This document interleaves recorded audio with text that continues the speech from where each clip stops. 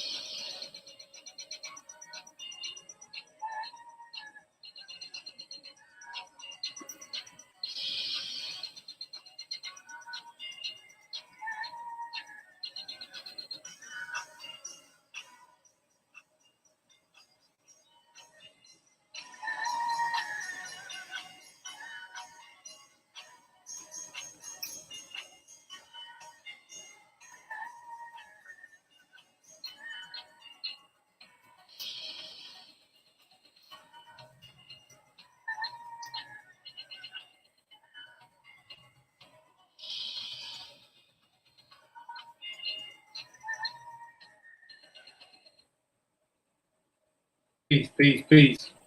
Let me change this camera. Can y'all hear me, man? Could y'all hear the music?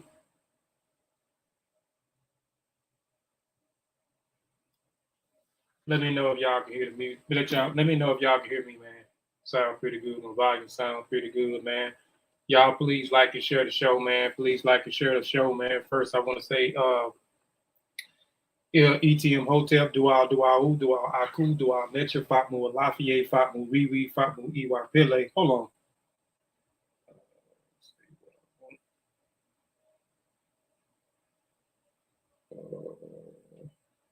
Try to turn this other camera. Okay. All right. Fatmu Lafayette, man. Egungun, Majuba Ibi Egungun, Majuba Ibi Egungun. I always want to give honor and praises to the ancestors, because without the ancestors, man, we wouldn't be here.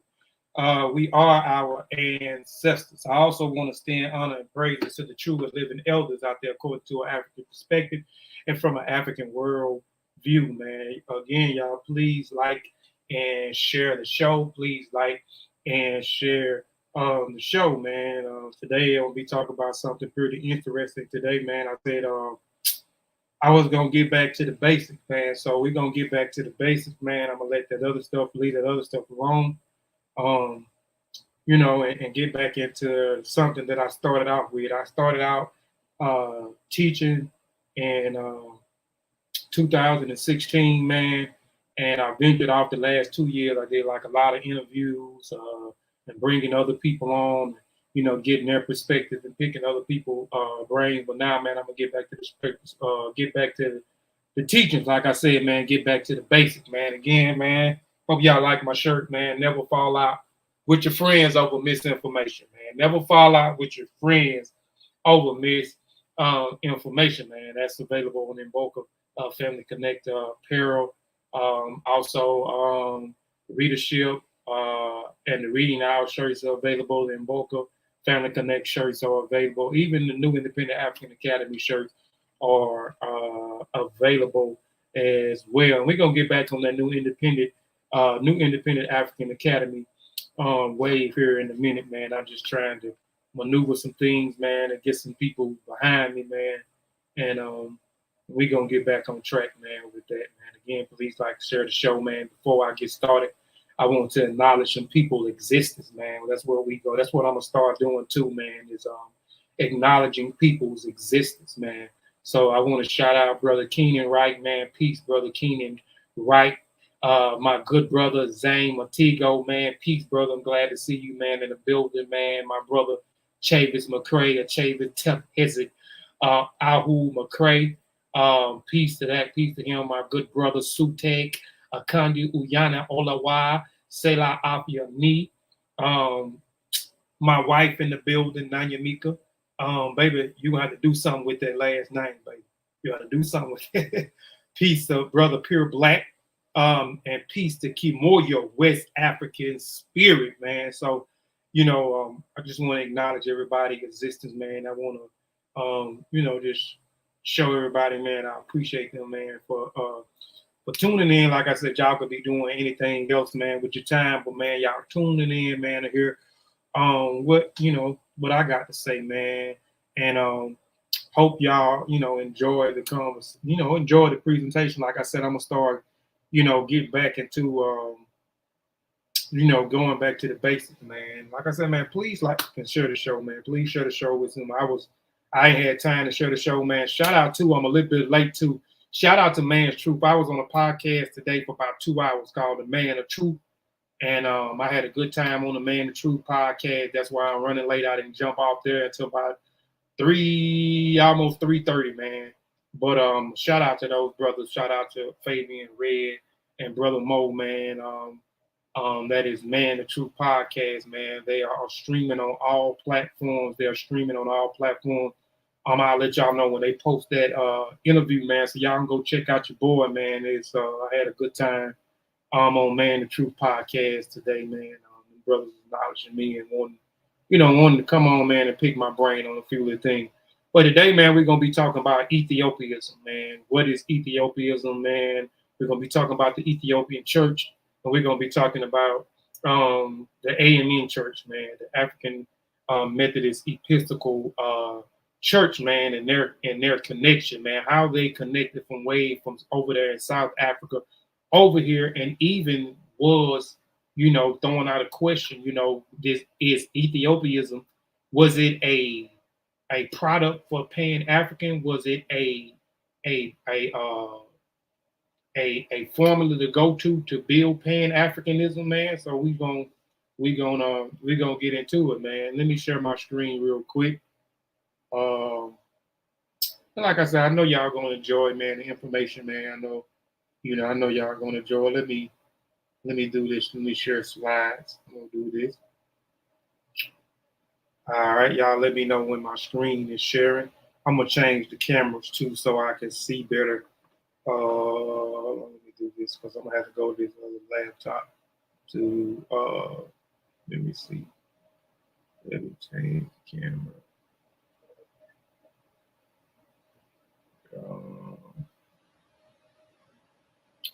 Yeah, let me change that. All right, y'all. Let me know if y'all can hear me pretty good. And the screen is sharing. Okay, so today's presentation is called Ethiopianism. Before I get started, have many people heard of this term Ethiopianism? And have any, and if y'all have, type in the comments what y'all think this Ethiopianism is, if y'all heard it, man. I know y'all probably heard of the Ethiopian church. Well, you might not. I know you'd heard of the AME church, you know what I'm saying? African Methodist Episcopal Church. Anybody that's in the chat know about Ethiopia? Excuse me. Guess not. I was just trying to see. Okay, y'all. This is Kofi Piesie TV, man. Please go subscribe to Kofi Piesie TV. Everybody that follow me know this is my saying. As I learn, we all learn. This is a motto that I follow. You know what I'm saying? This is a model that I stand by. This is a model that Kofi Piesie research team stand by. This is a model that Mossy Warrior Clan stands by, man. We believe in what we learn, we share with others, man. this is my disclaimer, man. I always have to put a disclaimer out here before I get started, man. I am not a teacher, but merely a student sharing information.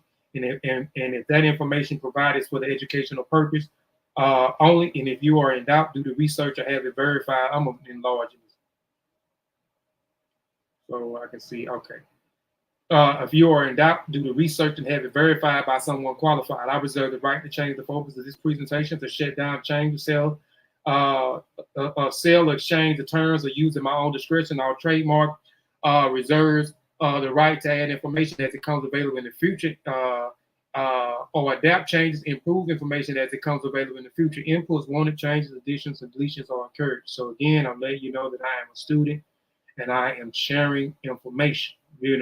I'm not an expert. I know that's the talk of the town right now. I'm only a person who loves to read and loves to share information and bring out information or subject matters that people may not be particularly talking about, or information people may be opposed that I feel like I need to deal and throw my chops in, give my 2 points, and give my perspective, and put something together. What I'm saying, where it can be digestible for the people, man. Before I get started, these are my sources, man. Peace to brother. All right, my wife done changed the last name. That's what I'm talking about, wifey. Change that darn last name, man. Y'all say hello to my wife, Nanya Mika Nelson, who's in the chat, man. Also, I want to acknowledge Teddy Usher, Teddy Usher, my Aunt Ross Neferu, and Honey Clark. I want to acknowledge y'all existence, man. Peace. I spoke to everybody else. Like I said, I'll continue to try to look at the chat and speak to everybody in the chat, man. Acknowledge everyone's existence, right? But these are my sources. These are a number of sources. I keep it paused here, and then I'll go at the end of the presentation.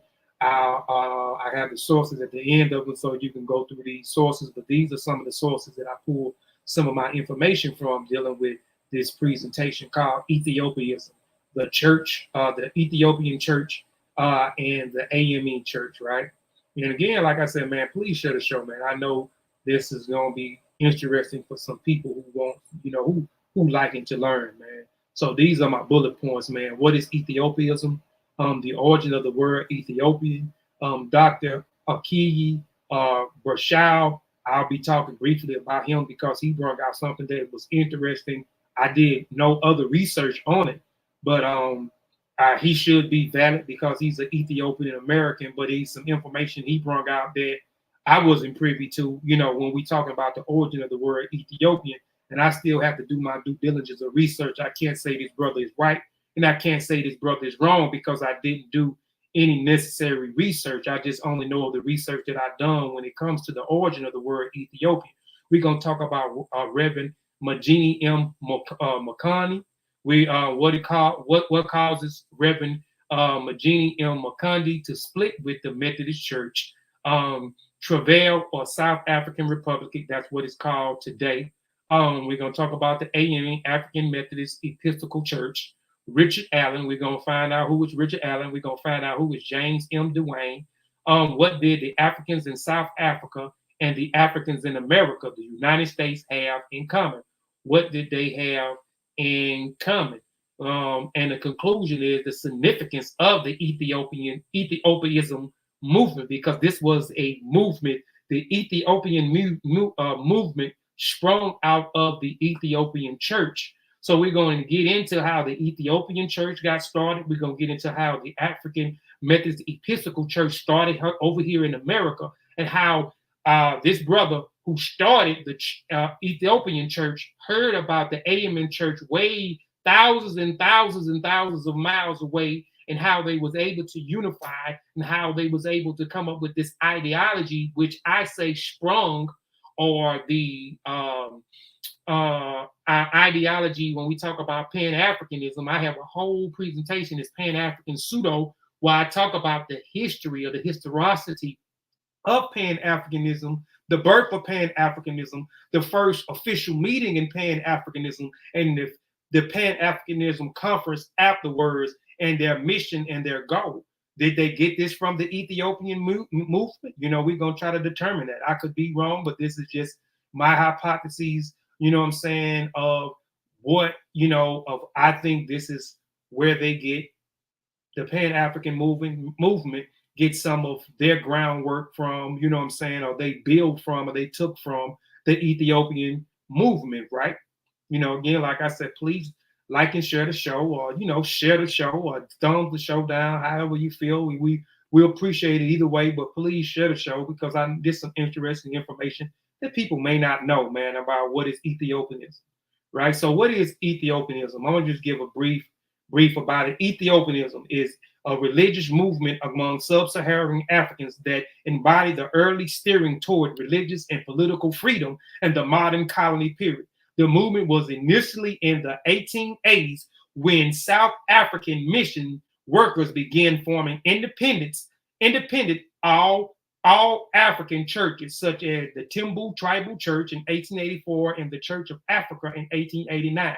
And the ex-Wesley minister Mangena Mokone was the first to use the term when he found the Ethiopian church. So we began to hear this term Ethiopianism with our good brother Mangena Mokonde, Reverend Mangena M. Mokonde. So let's get into it, y'all. So the origin of the word Ethiopian, a lot of us, we done heard the origin of the word Ethiopian. We know Ethiopian comes from the Greek word Ethiopian, which means burnt face, right? So we go into the etymology dictionary. So I just went briefly to the etymology dictionary. It says late 14th century. It says it's from the Latin Ethiopian Negro, for the Greek Ethiops, long supposed in popular etymology to be formed Athean, to burn. Means face. Compare atheist, furious looking. Later, sunburn. So these is the etymology of what Ethiopian means. We have heard people say this a lot, that Ethiopian means burnt face. This was an identifying marker from outsiders. Outsiders was identifying who they was encountering, these people of who they said had a burnt face, or who was sunburned, right?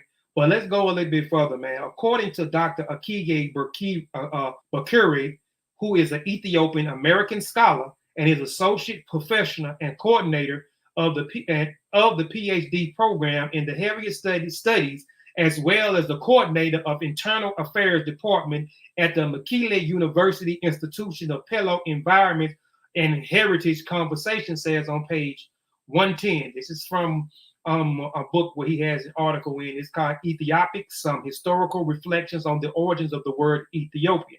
Now, this brother has a PhD. He has a lot of degrees. He has wrote several books, right? And he's an Ethiopian American scholar, right? He went to Temple University, some of those other universities. He has a lot of accolades, right? And I'm just bringing this out. And again, like I said, I did no due diligence of research to further my investigation on why he wrote what he wrote right here in his journal, right here, Ethiopic, Some Historical Reflections on the Origins of the Word Ethiopia. He says on page 110, right? And I have the source in the book, so you can go to the book as well if you need the book. And I can also send you the PDF book if you want the book. But he says the name Ethiopia invoked the unique identity incurrents with Africa. The name presumably was coined by outsiders, which we have always been taught that this, comes from the outsiders, these foreigners who come in and identify with these people and gave this landmass the name Ethiopian and named these people Ethiopian, which means burnt face or sunburn, right? Outsiders who lavishly the Ethiopians with praise and blameless, thereby in the process exploiting,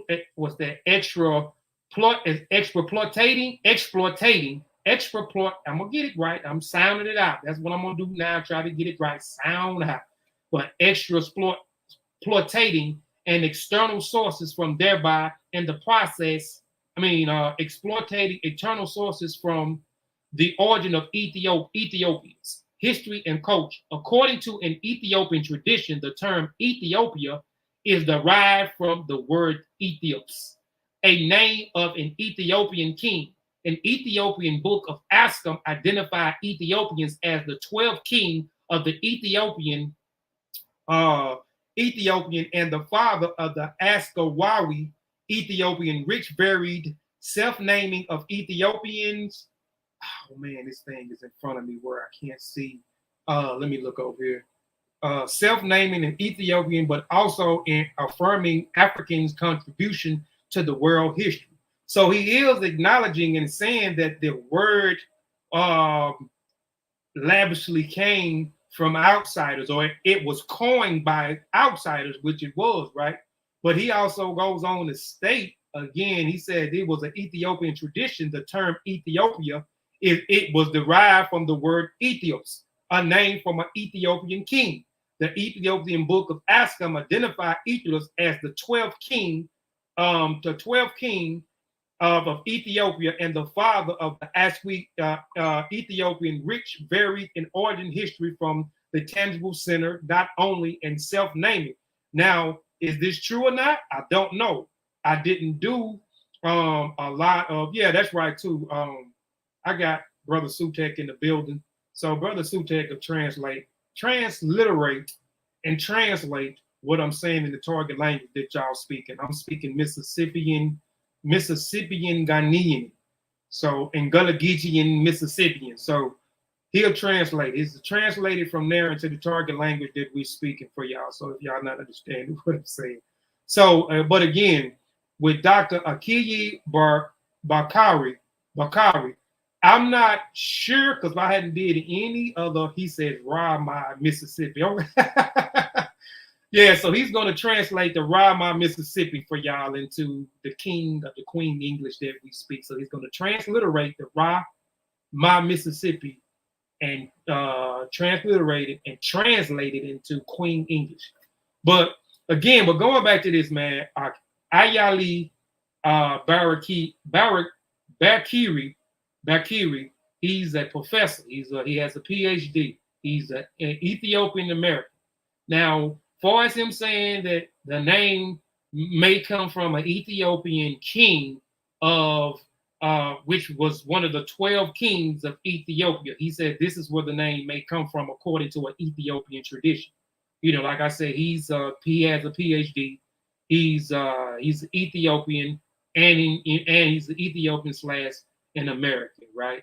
But I hadn't did any further research to verify what he's saying to actually be right or not. So I can't say that the doctor is right, and I can't say the doctor is wrong. I just always been taught that the word is a Latin word, and it comes from out of the 14th century, and it was coined, and these foreigners identified to these people in this landmass as Ethiopians, and this landmass as Ethiopia, right? So who is Reverend Mangena M. Mokonde, right? Mangena M. Mokonde. Now he's well, let's get into him. Well, I'll go back to that in a minute. He was born in Transvaal in 1851. Mangena M. Mokonde worked in a sugar plantation in Natala. He later moved to a city of Durban where he worked as a laborer during the day while attending night school. In 1874, he was baptized as a Christian. He following the years, he began theologian studies in the, I'm not going to even try to go into that word, Natala. He studied there for 5 years, at the end which he was appointed to preaching a circuit in the Wesley Methodist Church in Natala. In 1882, he was posted in the Pretoria, where he was to play a key role in finding of the Kinurtano Training Institution and the post-secondary institution for the training of African males, female youth, right? Let's go on further.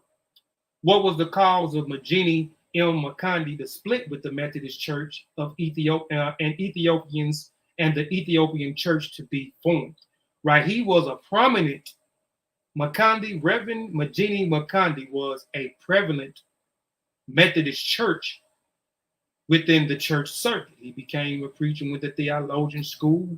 You know, he became a preacher. He was a prominent for years there, right? So he ended up having a disagreement with the Methodist church, or the church that he was involved with, right? So there was something that happened that caused a split and the birth of the ideology of Ethiopianism, right? So discrimination, segregation, and racism.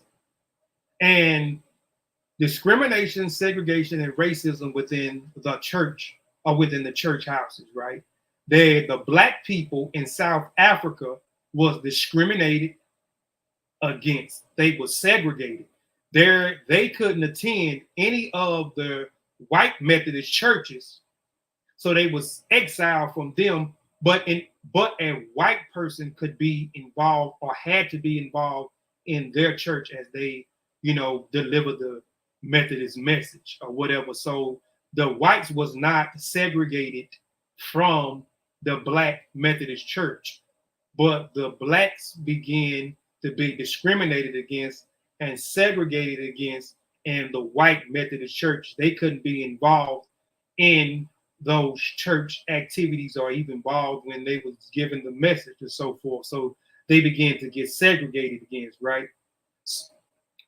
On November the 1st, 1892, Reverend Mangena M. Mokonde, the elders, and see, let me take this thing off here. Let me take this Kofi Piesie Research Team logo off here because I'm sharing another way and I'm not going to be able to see the whole thing if this logo is sitting up here.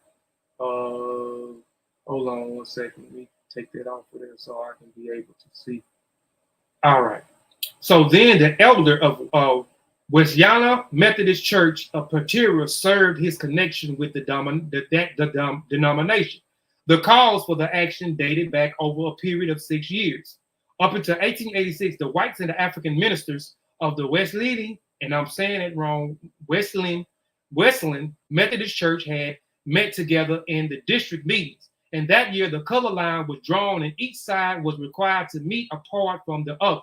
Yet the black minister was compelled to have a white chairman and secretary.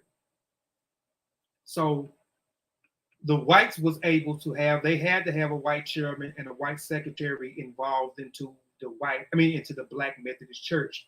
But the white Methodist Church, blacks was segregated. They wasn't involved in the church business. They wasn't on the church board. They wasn't even involved when they in the church activities are involved in the things going on in the white church. Reverend Mangena M. Mokonde resented this practice, and when no action was taken to correct the situation, he organized a new church, the Ethiopian Church, with about 50 members. And some sources will say 50 members. Some sources that you read will say 40 members, right? So some sources will say in between 42 to 50 members that he took from that Methodist division, right? 50 members of Pretoria on Sunday, November the 20th, 1892. The name of the church was a biblical reference. Ethiopians shall soon stretch out their hands unto God. Psalms 68 and 31. The first meeting was held in the Marbasta native location in an old thatch house belonging to William Mokonde, who, although a Wesley minister, was in great sympathy with the Ethiopian church movement, right? So, they drawed inspiration, or he drawed inspiration from a Bible verse, Psalm 68 and 31, where he's talking about the Ethiopians. And maybe they're drawing information from the Ethiopians or from Ethiopia or that landmass, because you have to look at, if you study Ethiopia, right? Ethiopia wasn't colonized, right? Ethiopia was not colonized. You had the Italians who came in and tried to set up shop, and they went to war against the Italians and beat the Italians. The Ethiopians then, years later, went to war again with the Italians and beat the Italians. So Ethiopia was not colonized. All of the countries in Africa, Ethiopia and Liberia, are the only two countries who were not colonized. So he was drawing, and those founding members was drawing inspiration from this biblical verse Ethiopia shall soon stretch out her hands unto God. So they began to draw inspiration from Psalm 68 and 31, and maybe drawing inspiration from Ethiopia in real time, that this place has not been colonized. And these people have went to war, where actually the first time, and later after this movement was started, they went to war again with the Italians and beat the Italians twice. Look it up. I have it on here. I can't remember exactly what the name of the war was, but they beat them. In January of 1893, Transvaal government recognized Ethiopian church. On November the 5th, 1893, the Ethiopian church was formally opened in the Marabasta location. The first preacher ordained in the Ethiopian church was J.G. Kaba, ordained in 1894, and J.Z. Tatzi ordained in 1895.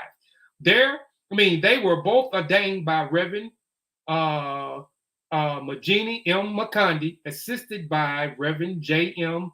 Akeye of the Independent Church, known as the African Church.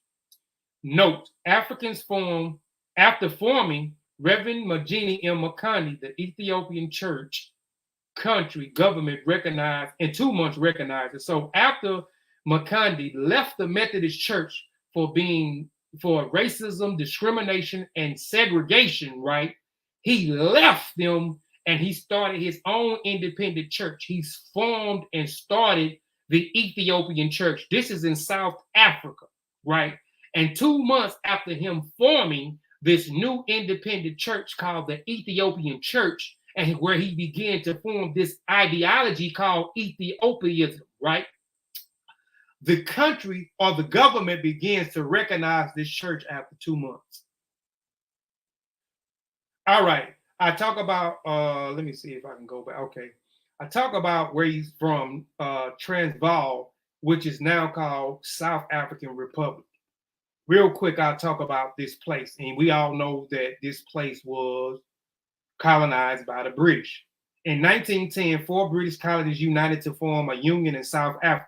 Then in the Transvaal County, which had been formed out of the old South African Republic, Africa of the Second Boer War, became the Transvaal province in the new union. Half a century later, in 1961, the union ceased to be a part of the Commonwealth of the nation to become a republic of the South Africa. Not going to go that far into that, but it was called Transvaal at one time. It was a province colonized by the British.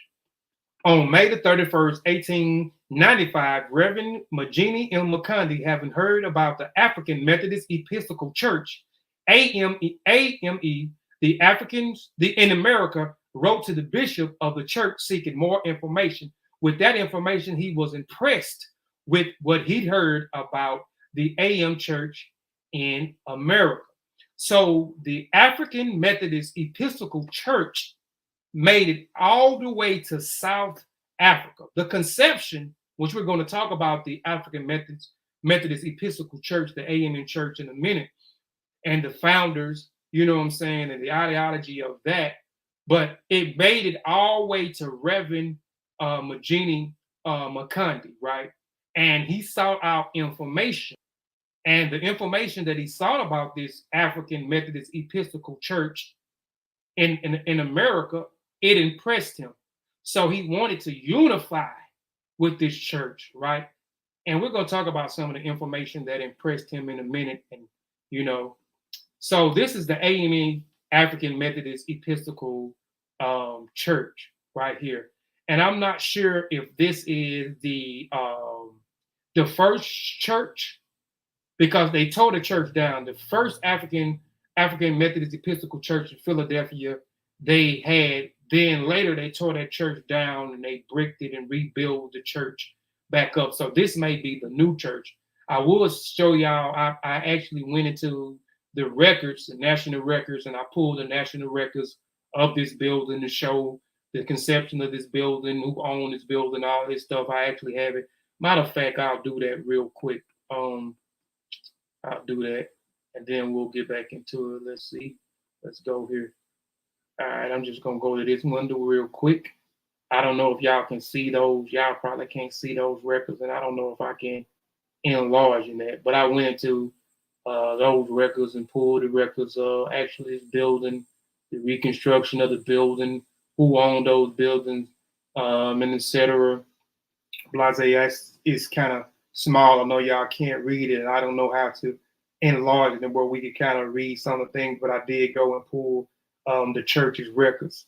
But the African Methodist Episcopal Church. So what is the African Methodist Episcopal Church? And we'll get back into Ethiopianism and the Ethiopian church in a minute. But now we on to Reverend Mangena Mokonde, finding out how this church got thousands and thousands and thousands of miles away, thousands and thousands and thousands of miles to South Africa, to this reverend who started his own church, the Ethiopian church.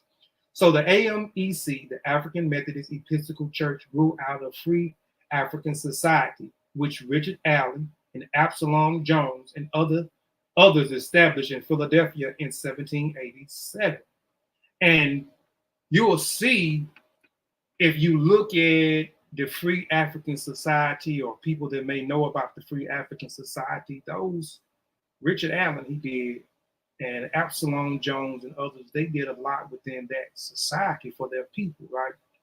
When official of St. George, the MEC pulled blacks off their knees while praying. The Free African Society members discovered just how far American Methodists will go to enforce racial discrimination against African Americans. Hence, this member of St. George made a plan to transform their mutual aid societies into African Congregation. That sounds familiar, right? I'm gonna ask a question in a minute and see if y'all been paying attention, right? In a minute. But it says the St. George MC pulled blacks off their knees while praying. The Free African Society members discovered just how far American Methodists would go to enforce racial discrimination against African Americans. Hence, these members of St. George made plans to transfer their mutual aid societies into African Congregation, because this Free African Society were doing a lot of things for the community, and it spilled over into their independence from being racial discrimination, because they were also Black Methodist Christians, right? So Richard Allen, as a matter of fact, I'll speak on, let's go back before we go into Richard Allen, because that's one of the questions. And one of the questions is, and we can go past that once we get to the question, is they experienced here in America the same thing that they experienced over there in South Africa. Those influential Black leaders who became, and a lot of the things, even if you look and you study, because we done talked about a lot of these things when we talk about the Independent African Society, and we talk about the African Academies, and so forth in that period of time. Damn, I done lost train of thought. You know, some of the things that they actually went through went through as well. But they went through the same thing: segregation and racism. The Black Methodists who were over here went through segregation and went through racism over here, dealing with the church bodies, right? And the same thing in South Africa.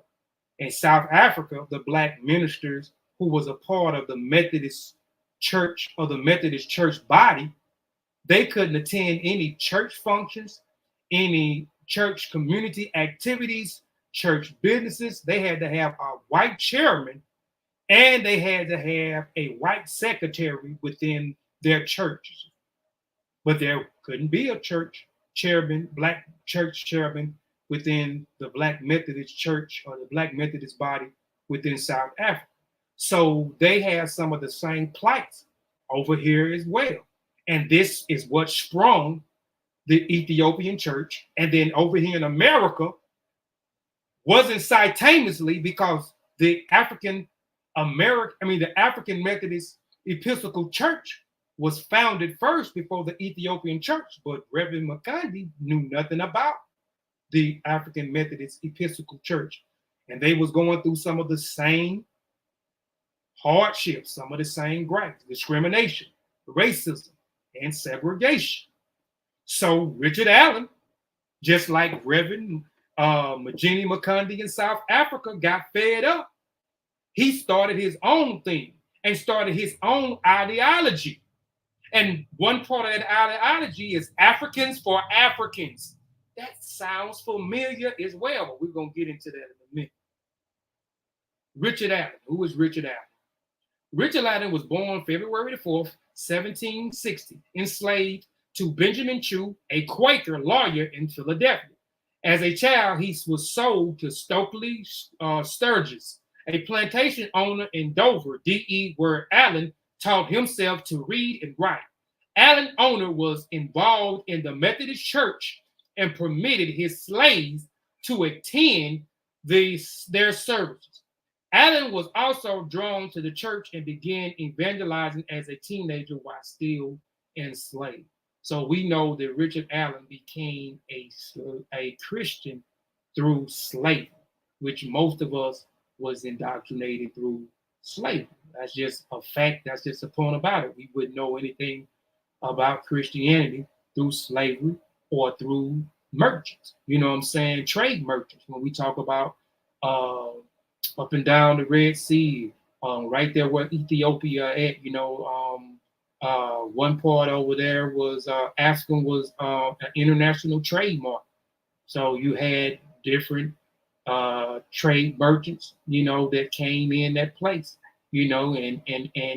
and brought Christianity to this place. You got the Romans during that period, doing that international trade, and then in Central Africa you have the Portuguese, right? The Portuguese trade merchants who introduced Christianity. That's just a fact. And via the Atlantic slave trade, Christianity was also introduced to us. So those are some of the factors of how Christianity, and for us to get known to be Christianity, and we know that this was, especially on the plantations, was forced upon us, at this time. But I'm not knocking anybody who are Christians, because Christians did a lot during a period of us coming out of slavery, which we'll talk about a little bit about this man, Richard Allen. I'm not going to go through everything with Richard Allen. You'll have to look him up, but he did a lot of stuff. When you talk about the Underground Railroad, and you talk about the American Methodist Episcopal Church, the African Methodist Episcopal Church did a lot during slavery times. This brother did a lot. He hid and housed slaves. His church had something to do with the Underground Railroad, but that also springing back to the organization that he started from the beginning, the Free African Society, which spilled into the African Methodist Episcopal Church, right? So Richard Allen was born February 4th, 1760, enslaved by Benjamin Chew, the Quaker lawyer of Philadelphia, as a child. Or we talk about that. Only involved in Methodist, where we talked about that. In 1780, he bought his freedom at the cost of $2,000, approximately $36,364 in modern U.S. dollars, by working his own time over a period of 5 years. So Richard Allen bought himself out of slavery. He became a preacher in the St. George Methodist Church, but was only permitted to conduct segregation sermons. Frustrated with the segregation, he furthered racial tension and led Allen and more to 40 others to leave St. George. So this also sounds familiar, right? So we just got through talking about Reverend Mangena Mokonde, who was born in South Africa, who became a prominent Methodist preacher within the Methodist body. He endured segregation. The Black church bodies endured segregation, racism, and discrimination. They couldn't be involved in the white churches, but the whites could be involved in their churches. they had to have a white chairman and a white secretary, a part of the Black Methodist Church. But they could be a part of the white Methodist Church in South Africa. So Richard Allen endured the same thing as Reverend Mangena Mokonde did in South Africa, but he only did that over here in America, right? And he got frustrated, just like our brother in South Africa did, and started his own independent church, right? Mangena Mokonde started the Ethiopian church in the Ethiopianism ideology and perspective, Africans for Africans, and we're going to go more into the Ethiopianism ideology, which I said birthed the Pan-Africanism. I could be wrong, but that, from my research, that is what I'm getting, right? So he was frustrated, segregated, and further racial tension led Allen to more than 40 others to leave St. George, right? So now he's leaving the white body Methodist Church. Although most wanted to affiliate with the Protestant Episcopal Church, Allen led a small group who resolved to remain Methodist. In 1794, Bethel A&M was dedicated with Allen as a pastor. Now, going back, let's look at that church again. So I think this is the rebuilding of the church. I don't think this was the conception of the first church. But again, like I said, if anybody wants those records, here are those records. It's small. I wanted to read some of those stuff. So I did go into the national records, and look up this church, and see who owned this church, the conception of the church, and the renovation of the church, and etc. If you want that, I'll send that to you. But this is, I think, the second conception of the church, because they did rebuild this church. Richard Allen started, So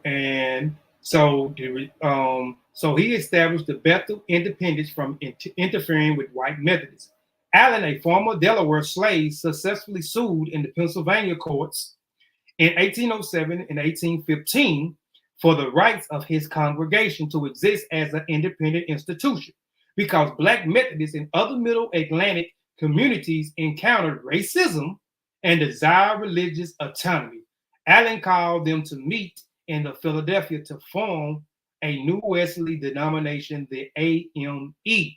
So now he's gathering other church members, Black church bodies, who were enduring the same thing as racial discrimination and segregation, to form this new independent body and new form of thought, which could be Africans for Africans, right? Which he already had that concept and that ideology when you go back and study the Free African Society. And within that society spilled over into the AM Church, where these people, what did they do? What was the good information?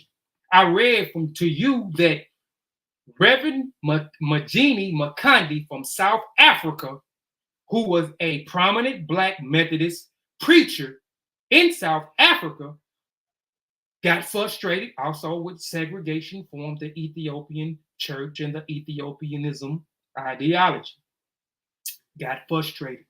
He began to gather people as well, galvanize people, and the same concept, Africans for Africans. But the AME church and the Free African Societies, what they did, this information that got back to all the way to South Africa, was what were they doing? What were they doing? They were helping people get jobs. They was providing housing. They were literacy. They was providing literacy and paying for education. And they was helping, involved in community projects to benefit their people. Africans for Africans. This ideology sounds very familiar. The geographical spread from the AMC trace prior to the Civil War was mainly restricted to the Northeast and the Midwest. Major congregations was established in Philadelphia, New York, Boston, Pittsburgh, Baltimore, Washington, D.C., Cincinnati, Chicago, Detroit, and other large blacksmith shop cities. Numerous northern communities also gained a substantial A&E presence. Remarkable, the slave states of Maryland, Kentucky, Missouri, Louisiana, and in a few years, South Carolina became additional locations for the A&E congregation. So the African Methodist Episcopal Church began to spread. They were doing a lot of great things for Africans in America.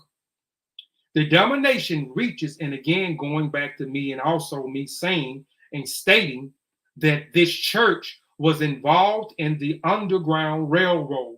They housed slaves. They housed and protected runaway slaves, right? I'm so tired. My wife, look at that. My wife talking about Pastor Kofi, making Pastor Kofi Sr. proud. Yeah. I said I was going to try to stop sounding like a pastor. I said I was going to come back after my time off, like reinvent myself, try to not get overexcited or too passionate about things. And y'all know how when I get passionate about things, I start to overexert reading stuff. I might read something 5 or 6 times to try to make a point. I may start gasping for breath like pastors and ministers and reverends do. But I mean, it's embedded in me, y'all.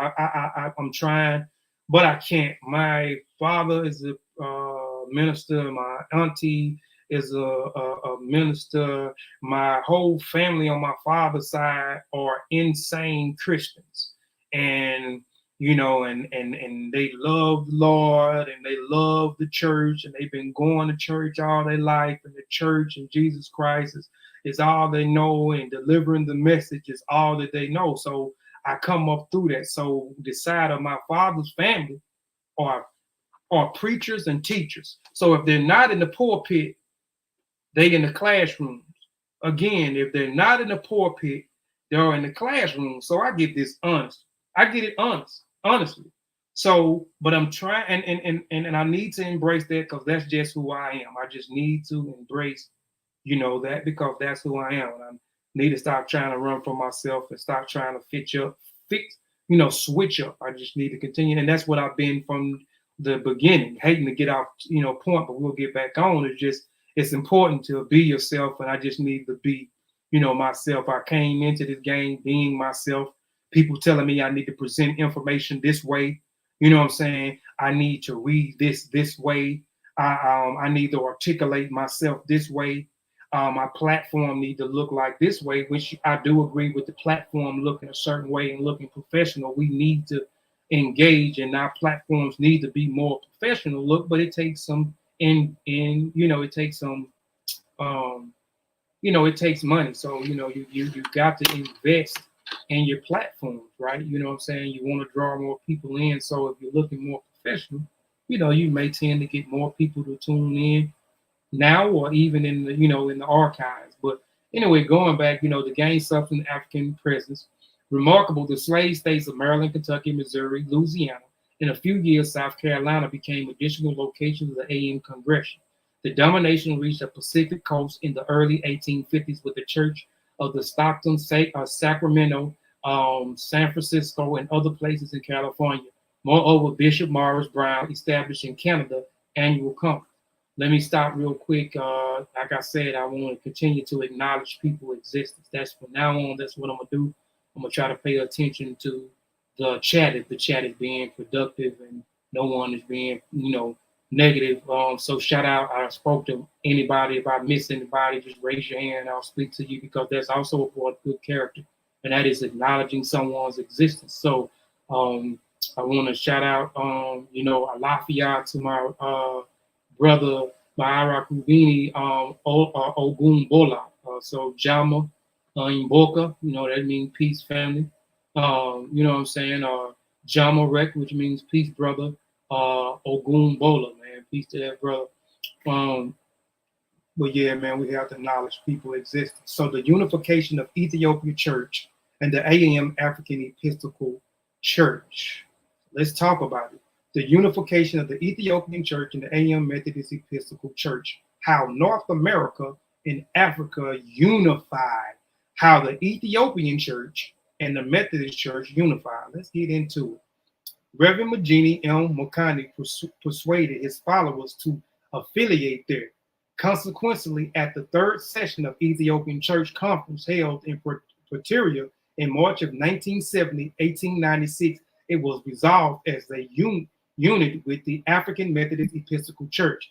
I'm going to stop there. And the reason why this our South African brother, Reverend Mangena M. Mokonde, who started the Ethiopianism ideology in the Ethiopian church after getting frustrated with the white Methodist body church, them being segregated, you know what I'm saying, discriminated against, you know what I'm saying, started this, right? And once the AME church got all the way to South Africa, got thousands of miles away from the United States into South Africa, after he did some more investigation and found out more information, and finding out that, wow, I'm in South Africa and Richard Allen is in the United States, and they are enduring the same thing with the church bodies. I'm a Methodist Christian. He's a Methodist Christian.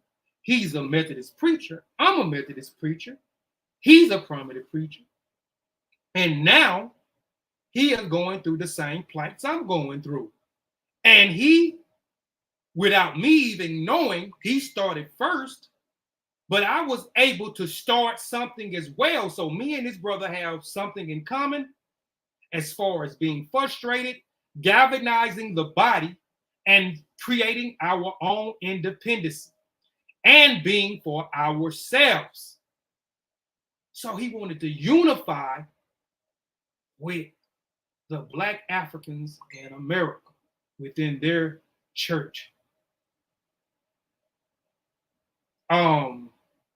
It was resolved and to unite with the African Methodist Episcopal Church at the conference. The Reverend James Dwane and the Wesleyan minister, who was destined to become an outstanding figure in the Ethiopian church in South Africa, to join the conference, and was elected by the conference to go to America to try to consummate the union.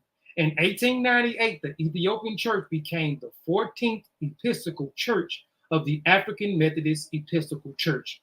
Now we're going to get into who is James Dwane, right? He was a reverend. He was also one of the guys, you could say, was one of the founding members who helped Reverend Mangena M. Mokonde start the Ethiopian church and the Ethiopianism ideology, right? But it was Reverend Mangena Mokonde's ideal to unify with the African brothers in America. So there was, not only was James Dwane elected to go to this conference in America, but Reverend Mangena M. Mokonde, and there was another brother that his name was not mentioned through my research, and I tried to research and find out who this brother was by looking at a couple of journals and reading, we're going through a couple of books, but I couldn't find out, and everybody would always say that it was 3 individuals who was elected, or James Dwane and Reverend Mokonde was also elected to go to America to this conference to unify with the African Methodist Episcopal Church. But only James Dwane was only went. And the reason why is because Mokonde and the other brother was not able to raise enough money to get to America. So James Dwane went as a representative for the Ethiopian church on behalf of the other 2 brothers who was also elected to go to America, but didn't raise enough money to get to America, right? James M. Dwane, because he became also a prominent member not only of the Ethiopian church, but also of the African Methodist Episcopal Church of the AME church, right? This South African brother who went to Africa and then went to America, and then years later went back to America again. But this is James M. Dwane. This was the brother who raised the money and also was elected, and who went in behalf of the Ethiopian church to make sure that the Ethiopian church and the AME church unify, you know what I'm saying, and become one body because they have commonalities. And that's crazy when we're talking about commonalities. I was on um, the Man the Truth podcast today. Again, shout out to those brothers, brother Fabian and brother Red and brother Mo for having me on today, man. And they had like a lot of good questions, man, in the interview, and I liked some of the questions that they have. One of the questions was, you know, I can't remember the question, but it was like, what is it going to take in order for us to get back to our greatness, you know what I'm saying, to come out of the plight so that we in.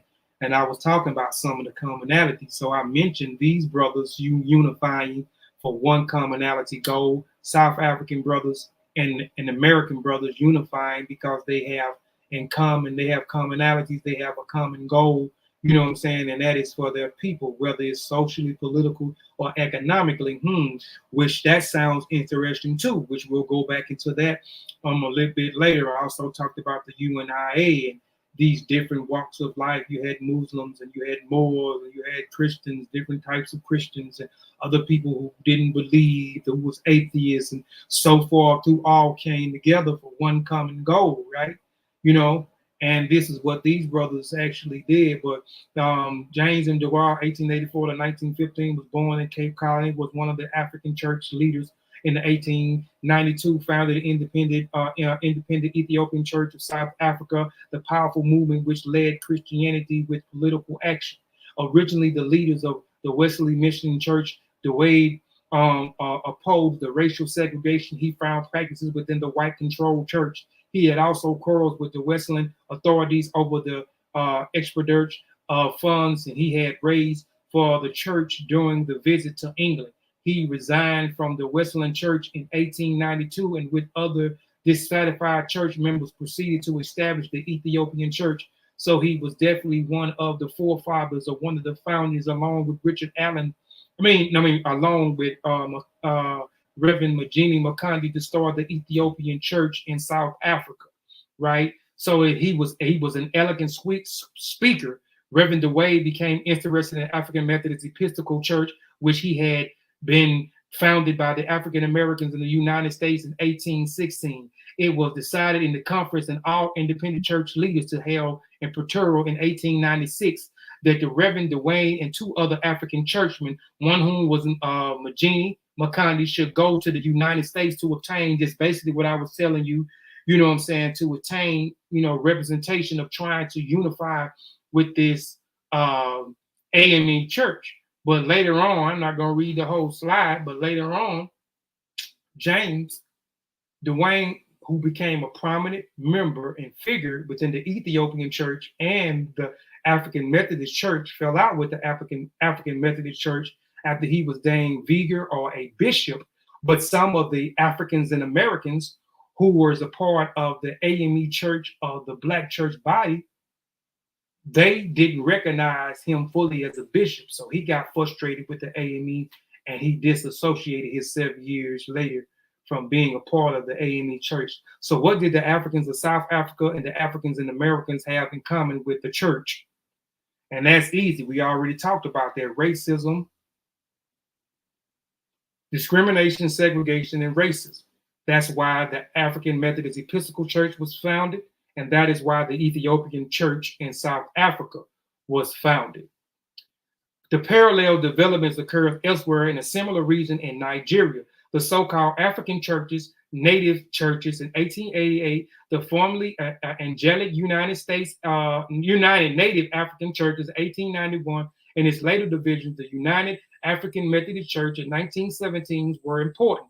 Other Ethiopians related movements were represented by the Native Baptist Church in 1887 of Cameroon, and the Native Baptist Church in 1898 in Ghana, and Rhodesia by the branch of the Episcopal Church and the Nephren African Methodist Church in 1947, and by the Kenyan Church of Christ in Africa in 1957, formerly African. They began to disassociate themselves with the white body.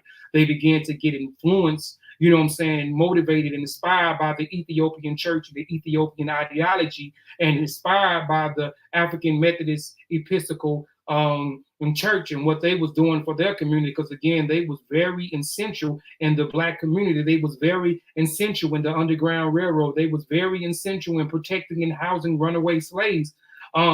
And etc. Right? So this begins to motivate other countries within Africa, the other church body countries within Africa. And we know how a lot of these church bodies got within the interior of West Africa, how they got in the interior of Central Africa, how they got in the interior of East Africa via the Atlantic slave trade, via British merchant, Roman merchant, Portuguese merchant, British merchants, and etc. You know, early Ethiopianism is included tribalism, nationalism, and Pan-African dimensions, was encouraged by associating with the independent African Black church and racial leaders, by associating with the independent African Black church and racial leaders with back to Africa. So they had that same ideology as you would see within the Pan-African movement, as well as the UNIA movement. African for Africans and back to Africa, this black nationalist movement, right? Our ideals and Ethiopianism ideology. This ideology was explicit in the thoughts of such pioneering the African culture, religious and political independence, Edward William Bynum and Joseph Ephraim Casely Hayford of Ghana. And this is from his book, Ethiopian Unbound, of 1969. For those who may want that book, I'll send you that book if you want that book as well. But he's kind of pinpointing to some of what I'm saying, that this Ethiopian ideology, you know what I'm saying, it kind of ran kind of simultaneously, but this was something that the Pan-Africanist movement can pull, or they had something, or they had a map or something to pull from when we talk about these Africans for Africans, you know what I'm saying? Africans uniting for a united front, no matter what. We have commonalities, and we're uniting for a common goal. We have certain things and common issues that we have to work out socially, politically, economically, and religiously, you know. Ethiopian movement played some part in the Zulu rebellion. So this same Ethiopianism, which was started through the Ethiopian church by Reverend Mokonde, Reverend Mangena Mokonde, and James Dwane, and there were several others who were also involved in the conception of this terminology, and which on record, Reverend Mangena Mokonde was this is the first person you ever heard use this terminology of Ethiopianism, and he was a forefather and the founder of the Ethiopian church, and us Africans being for Africans and uniting, right? And he took that ideology and he united from South Africa all the way over here to America with the AME church, right?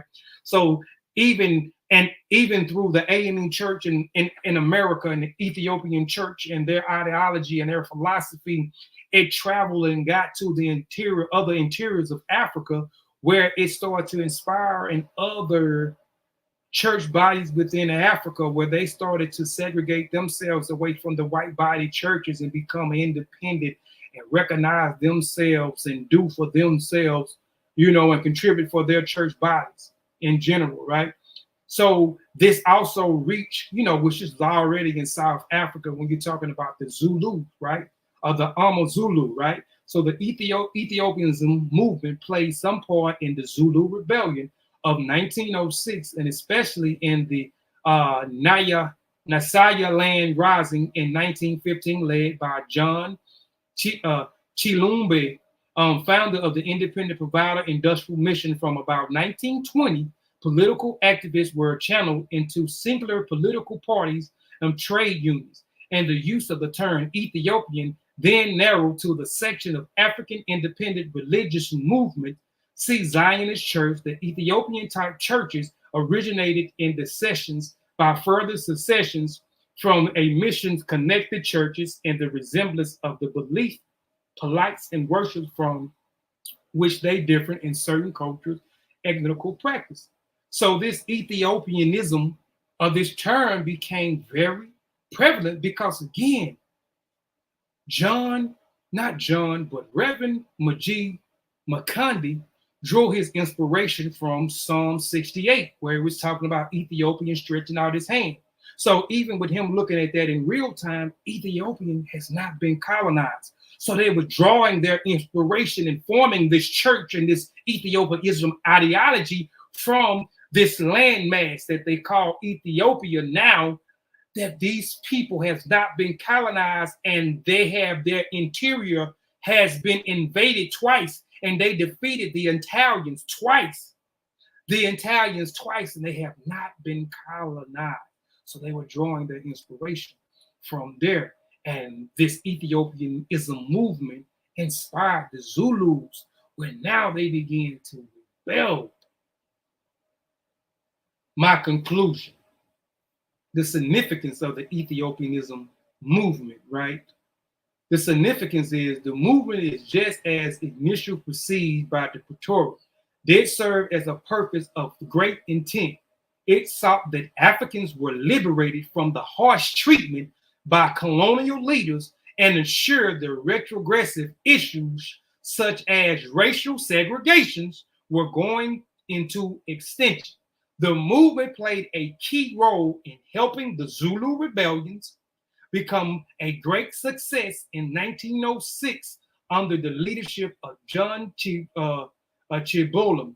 The movement also saw that Africans could now take leadership positions, especially in the church, putting them in position to make influential decisions. Because at first, they had to have a white chairman, a white secretary, but they couldn't be involved. This was in South Africa as well as in the Americas, right?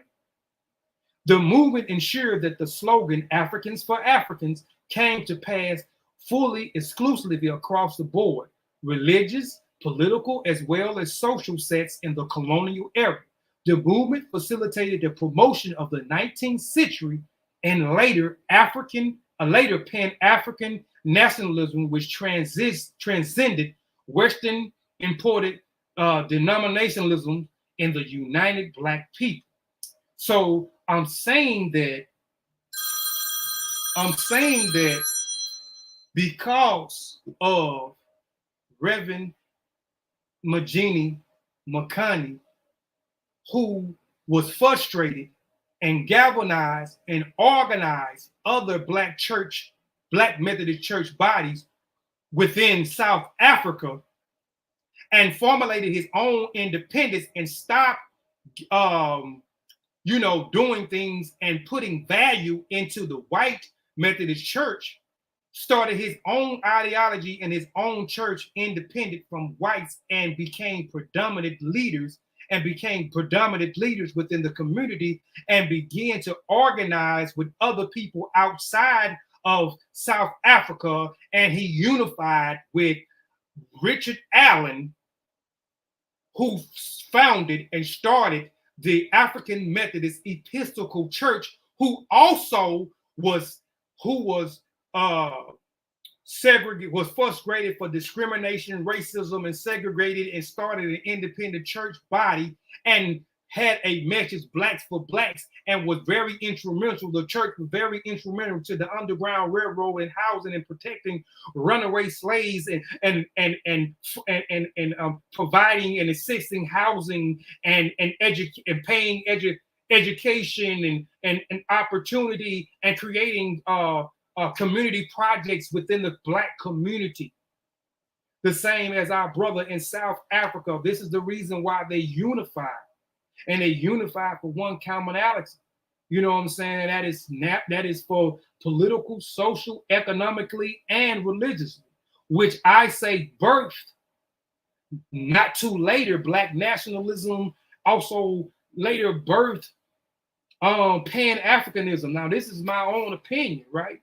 And it kind of run concurrent, with the Pan-African movement. When we go back to really the conception of Pan-Africanism and the first conference of Pan-Africanism, I think that took place in London, if I'm not mistaken.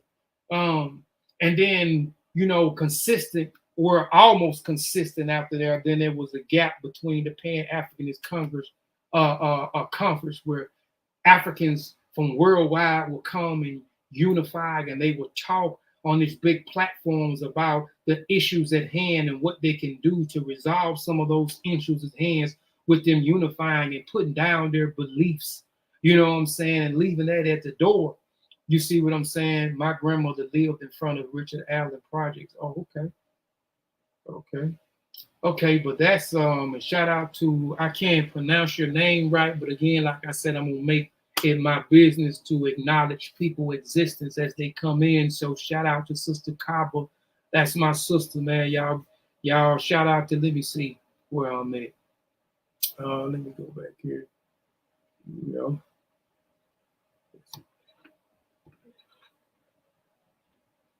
Shoot, I wanted to give it up for my sister, Sister Kaba. So I want to acknowledge your existence. I want to acknowledge everything is everything, man. I appreciate you, man, for coming on, man. And I can't I know that I think it's M Pianki. I think I said that right. Let me know if I said your name right. And that's another thing that I'm trying to work on as well. I'm trying to get people names right, because my name is always pronounced wrong. So I want to acknowledge your existence too. M Pianki, man.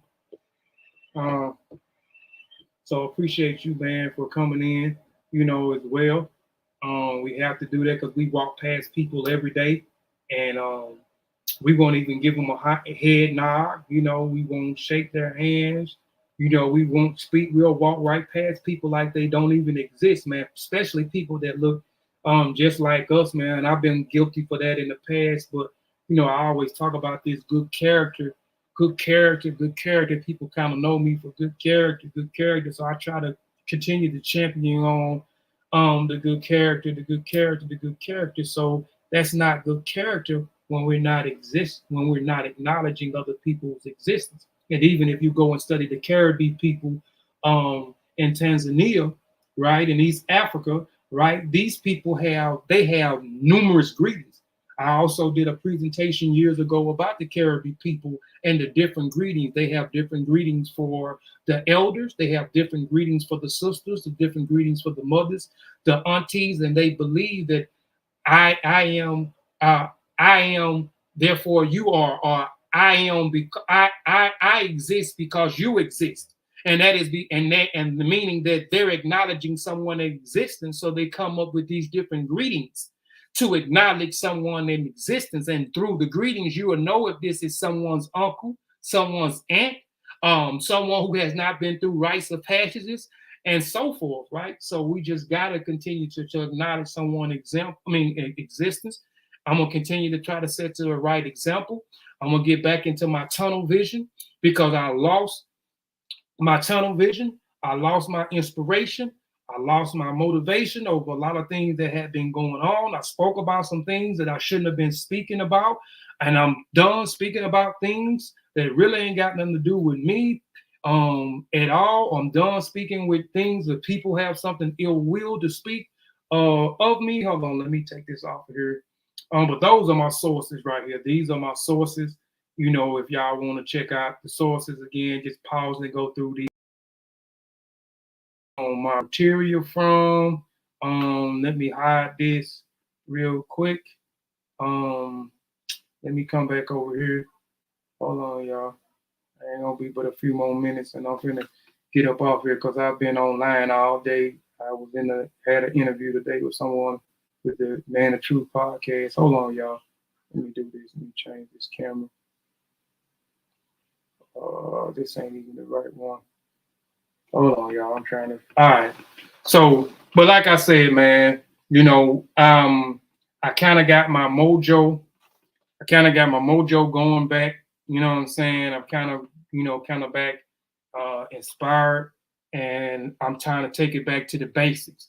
I came in 2015, officially solidified myself in 2016, and started teaching on the YouTube streets. And everybody know, if you go look at the Mossy Warrior Clan and look at this, I do presentations. That's what I'm known for. I'm known for bringing information or speaking on subject matters that people may, not saying they don't know, but, speaking on information about, that people are not speaking on, or speaking about other cultures that people may not even speak about those cultures. But, I kind of got my motivation. I kind of got my motivation back, man. I'm kind of glad, because my business has been lacking from me not being motivated. I kind of like shut myself off from everybody, man. But I'm back. I'm muting out the noise. So if anybody got something negative to say, stay where you at. Don't come over here. If you got something negative to say about me, say it. I'm not gonna get a response. You're not gonna get a response back from me unless you actually say something about my family. I hope it never go that point to where you dislike me that way, or where you have to say something that involve my family involved in it, man. And that's it, man. I'm gonna get back to the teaching. I'm gonna try to come back next week. I got a lot of stuff going on. So even with researching, people think when you come on here and do some research, you present, or you're a presenter, all you see is the end product, but you don't see the tons of hours of reading. You don't see the going through the books. You don't see the combing through the journals. You don't see going through the articles. You don't see none of this stuff. You don't see the phone calls. You don't see none of those types of stuff. You don't see the travels or the experience. You don't see none of those types of things. You just see the end. You see the end product, and it look easy, but it's not. It's not easy, man. So, and like I said, I got a lot of other stuff going on too, man. And but hopefully I'll be back, man, next week. If not next week, week after next. I was consistent. I'm trying to be a man of my word. I came on last week. I came back on and I really in the era about deleting the other show I did last week on readership in the reading hour. You know what I'm saying? Because I'm far removed from that. I mean, even though I didn't disrespect anybody, but I kind of brung up some old wounds and kind of talked about some things, but I just wanted to make sure that, people can trust, people can trust us, man. You know what I'm saying? People can trust us. So next week, man, I'm gonna try to come back, and I'm gonna try to do something with African billionaires. We always talk about Elon Musk and Donald Trump, and we talk about all these other European billionaires, right? But we, and we study these white Europeans, and it's nothing wrong with that. I'm not saying you wrong for doing that. You know what I'm saying? And we always highlighting them in our music. We talk about them in economic settings. We're talking about them in financial settings. We're talking about them. These names are coming up a lot, and it's cool, but let's expose some of the black billionaires. Let's study some of the black billionaires as well. I'm not telling you not to talk about Elon Musk and talk about those other prominent billionaires, these savvy billionaires, you know what I'm saying?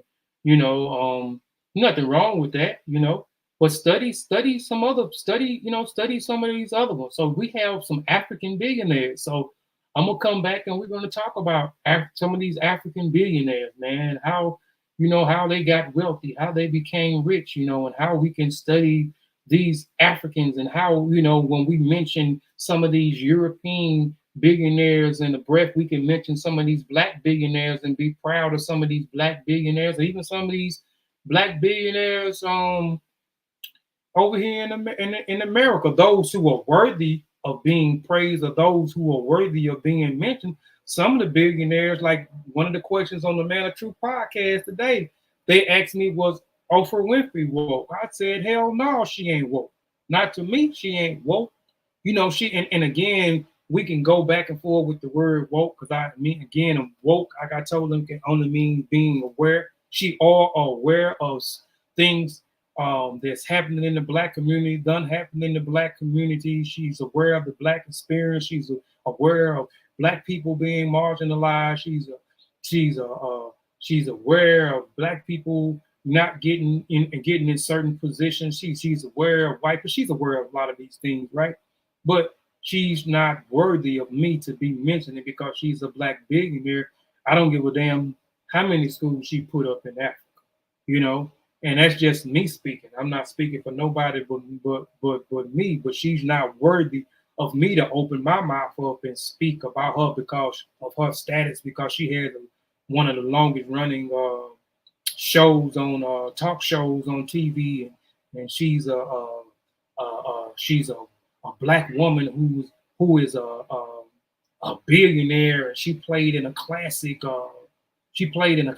movie, and she gave away cars and stuff, which was a tax write-off for her anyway. It was a tax write-off for her. She was a tax. It was something, you know, something that was benefiting her. It wasn't just something she was just giving out of the kindness of her house. She wrote that out. It was a tax write-off. They had to do that every year, you know what I'm saying, for these taxes.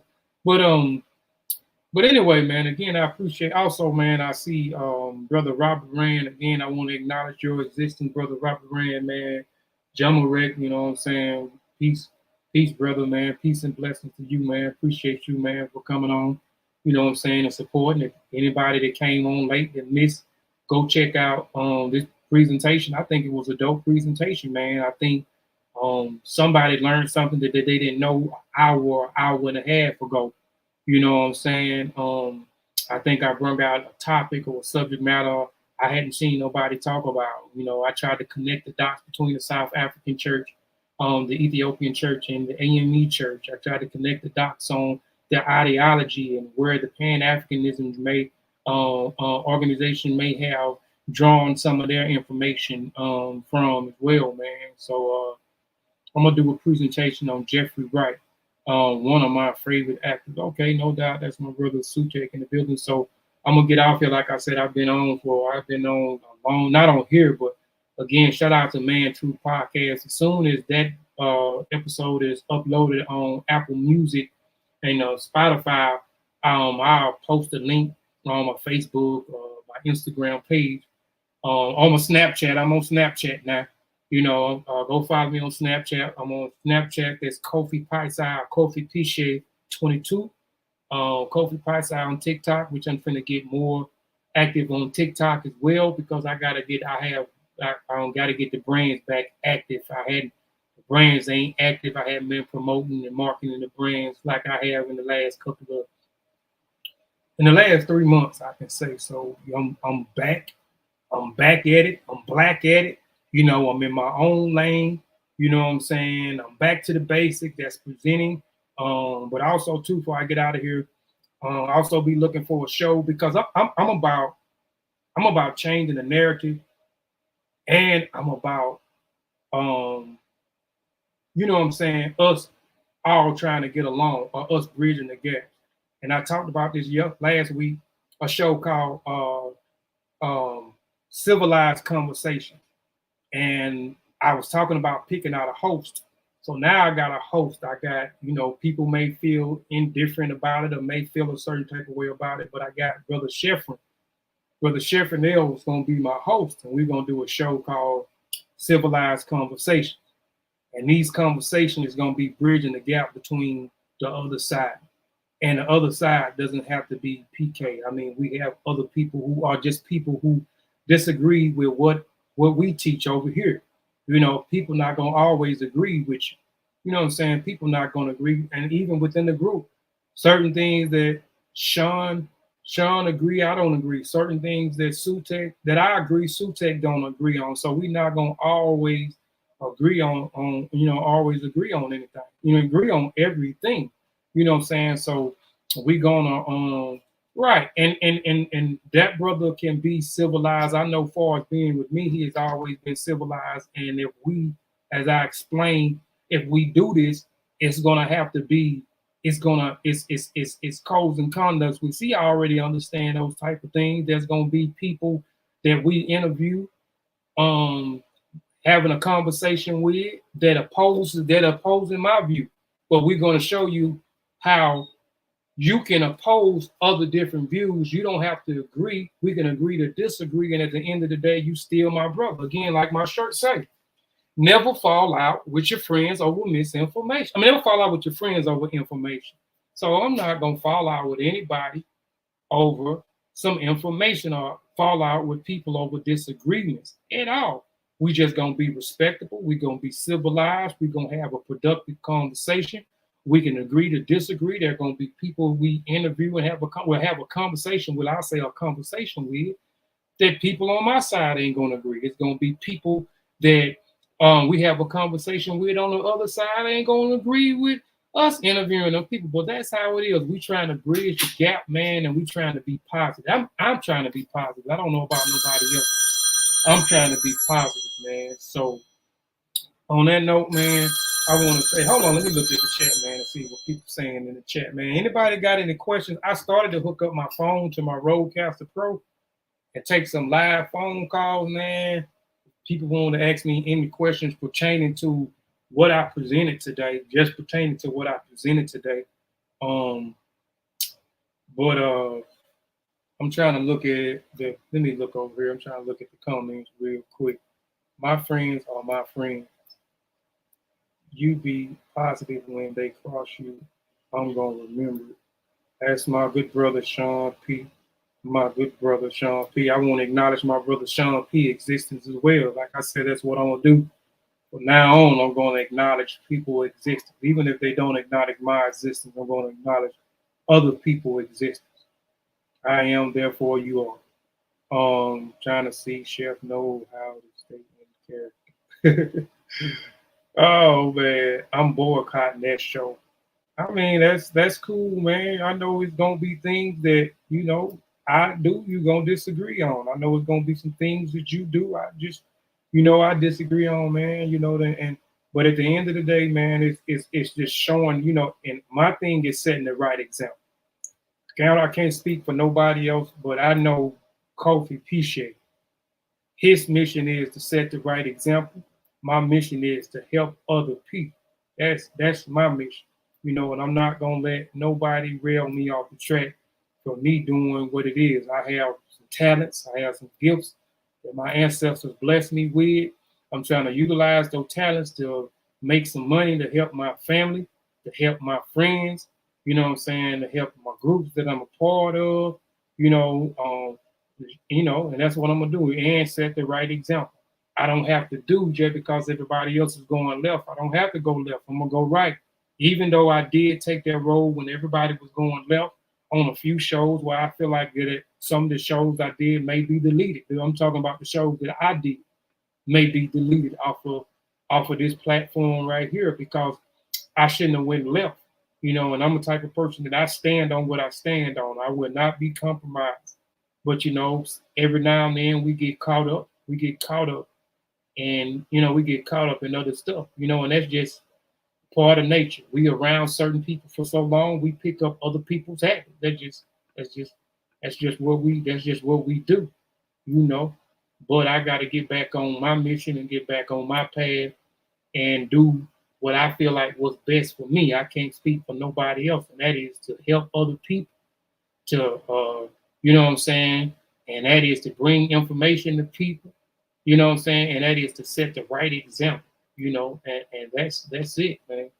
But I was trying to go through. Robert Rand said, always great information. Africans in the tech world, right? Good topic. That's my brother Zane.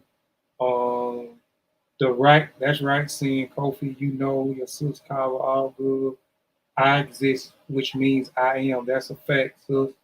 I'm just trying to see. My grandmother, he told me live across from the Richard Allen projects, man. But hey, man, I'm finna get up off here, man. Again, man, shout out to the Man Truth Podcast for having me on today, man. Shout out to everybody in the chat, man, right now who stayed the duration of the presentation, man. I appreciate you, man. We back to the basics.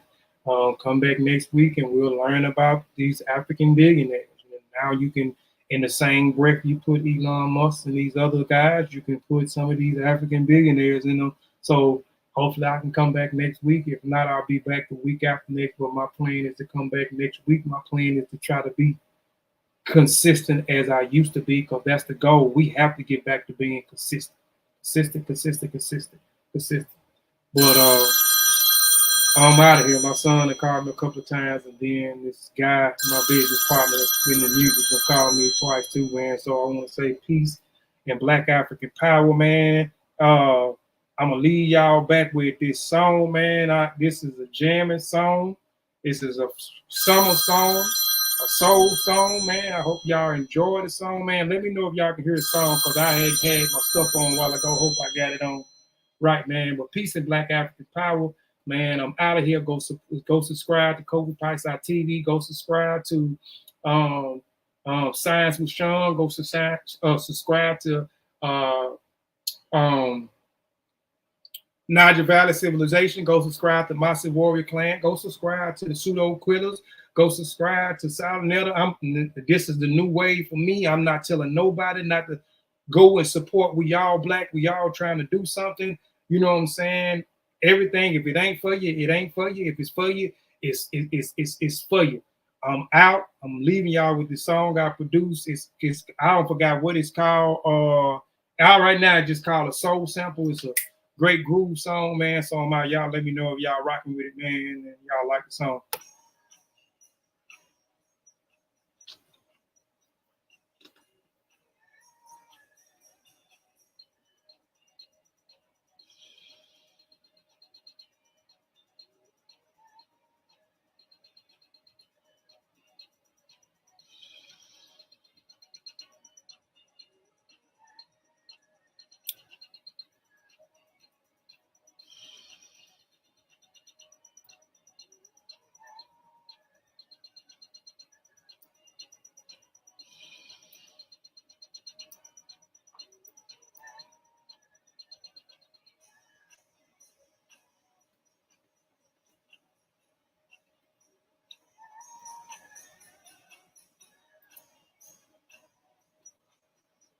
I figured that's what I was doing, man. I'm gonna have to change it up. I knew it, and I didn't have time to change my TSR jacks today too. I thought I was gonna be able to pull it off.